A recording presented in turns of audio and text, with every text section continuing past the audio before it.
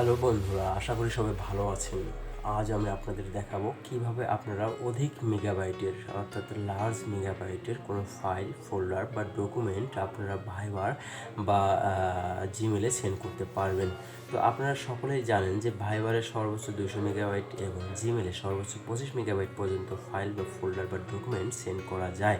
তবে আজ আমি আপনাদেরকে যে সিস্টেমটি দেখাবো তার মাধ্যমে আপনারা যে কোনো মেগাবাইটের ভিডিও, পিকচার বা ডকুমেন্টস বা ফাইল বা ফোল্ডার যাই বলেন না কেন তা আপনারা ভাইবার বা জিমেলের মাধ্যমে সেন্ড করতে পারবেন। তো চলুন শুরু করা যাক। প্রথমে আপনি যে সমস্ত ফাইল, ফোল্ডার, ডকুমেন্টস, পিকচার বা ভিডিও সেন্ড করবেন সেগুলোকে আপনি একটি ফোল্ডারের মধ্যে নিয়ে নেবেন। যেমন আমি এই টেস্ট ফোল্ডারের ভিতর কতগুলো পিকচার, অডিও ফাইল, ওয়ার্ড, একটা ভিডিও আছে এখানে নিয়ে নিচ্ছি। আপনারা এখানে দেখতে পাচ্ছেন যে এই ফোল্ডারটার আপনার ডিটেলসে আপনারা দেখতে পাচ্ছেন যে এখানে আছে 131 এমবি। আপনারা সকলেই জানেন বা না জানলেও জেনে রাখেন যে জিমেলে কিন্তু 25 মেগাবাইটের বেশি ডকুমেন্ট সেন্ড হয় না। তো আমি আপনাদেরকে এই ফোল্ডারটি সেন্ড করে দেখাবো কিভাবে আপনি এটা সেন্ড করতে পারবেন। তো আপনি যেভাবে এটা সেন্ড করতে পারবেন সেটা হচ্ছে আপনাকে প্রথমে এই ফোল্ডার যে ডকুমেন্টগুলো সেন্ড করবেন সেই ডকুমেন্টগুলো একটা ফোল্ডারের ভিতর নিয়ে সেই ফোল্ডারটাকে আপনাকে জিপ ফাইল হিসেবে তৈরি করতে হবে। তো জিপ ফাইল হিসেবে তৈরি করতে হলে আপনাকে প্রথমে সেন্ড টুতে গিয়ে ফোল্ডারে রাইট ক্লিক করে সেন্ড টুতে গিয়ে আপনার কম্প্রেসড জিপ ফোল্ডারে ক্লিক করতে হবে।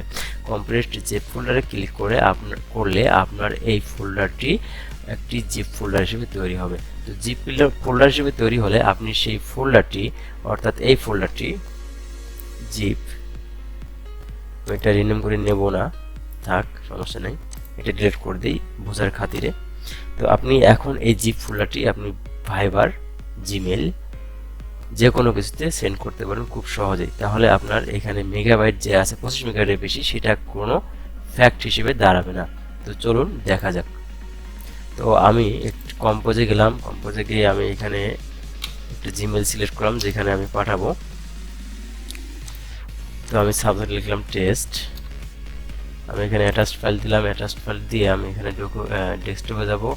এই যে আপনার জিপ ফাইলটা 128 মেগাবাইট দেখতেছেন, এটা আমি সেন্ড করব। তো গট ইট, আমার আসলে গুগল ড্রাইভে নাই, গুগল ড্রাইভ সেভ আছে। তো দেখুন আপনারা যে এটা কিন্তু আপনার লোড নিচ্ছে। আর এটি যদি আপনি নর্মালি সেন্ড করতে চাইতেন তাহলে কিন্তু আপনার এটা লোডিং হতোই না।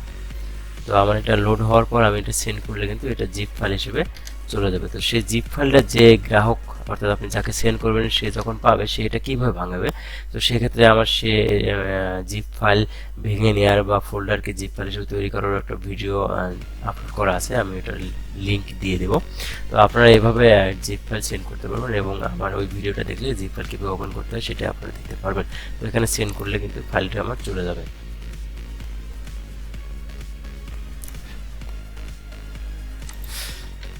আমি সেন্ড করে দিলাম, ফাইলটি কিন্তু আবার চলে যাবে। দেখুন সেন্ড মেলে লোডিং হচ্ছে। তো এইভাবে আপনারা আপনাদের প্রয়োজনীয় বড় ফোল্ডার ফাইল আপনি কিন্তু সেন্ড করতে পারেন যে কোনো। এই ছিল আজকের ভিডিও। সকলকে ধন্যবাদ। ভিডিওটি ভালো লাগলে অবশ্যই চ্যানেলটি সাবস্ক্রাইব করে পাশে থাকবেন।